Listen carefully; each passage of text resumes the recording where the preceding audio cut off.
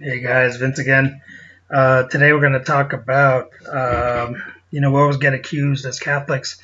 Why do you guys have all these, the incense and the robes and the candles and the saints and Mary?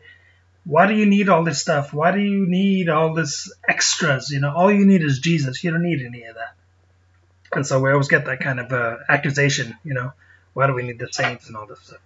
You got to imagine walking into a castle or a mansion, and you get to the front door, and it's just the most amazing hand-carved wood, intricate carvings in this front door, just a beautiful door, and you walk in, and you're just awestruck. Just big chandelier in the middle, just crystal, all the little intricate pieces with the light shining through it, just sending these amazing colors through the room. And you look down as you walk in through this entrance, and the marble floors are just wow. All the intricate pieces, and it's almost like mosaic with the marble with the borders, and it's just the most beautiful workmanship.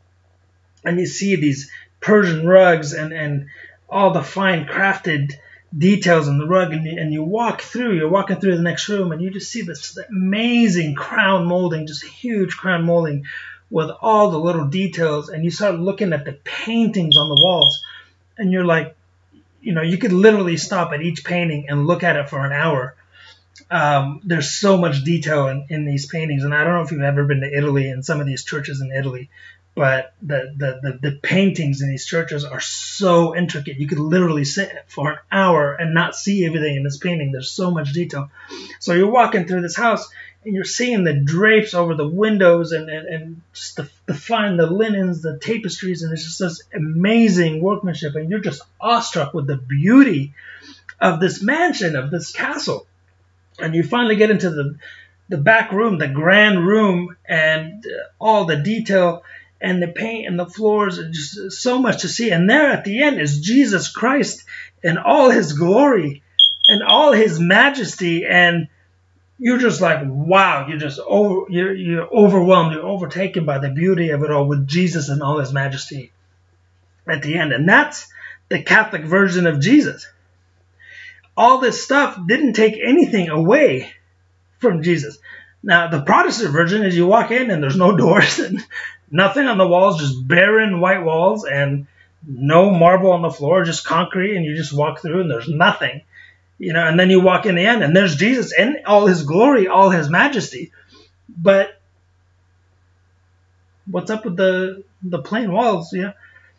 All that stuff didn't take away from Jesus. All it did was enhance his majesty and his glory. It didn't shrink Jesus. It didn't make him smaller. It made him more grand. And this is Jesus's house. This is his home. Of course it's going to be like that. Of course we have the incense and the robes and the saints and all that stuff. Have you ever read the book of Revelations? Where do we get the incense and the robes that the priest wears and all that stuff? That's all in the book of Revelations. Read through it. And so, the saints don't take away from Jesus. They bring you to Jesus. Mary doesn't take away from Jesus. She brings you to Jesus. All this stuff just enhances Jesus. So, yes, Jesus is the only mediator. He is the way to get to the Father. He is the way to get to heaven. He is the gate. And how the saints, play a role in this is, if you're driving and you want to get to heaven, you're trying to find the road, you're looking at the map.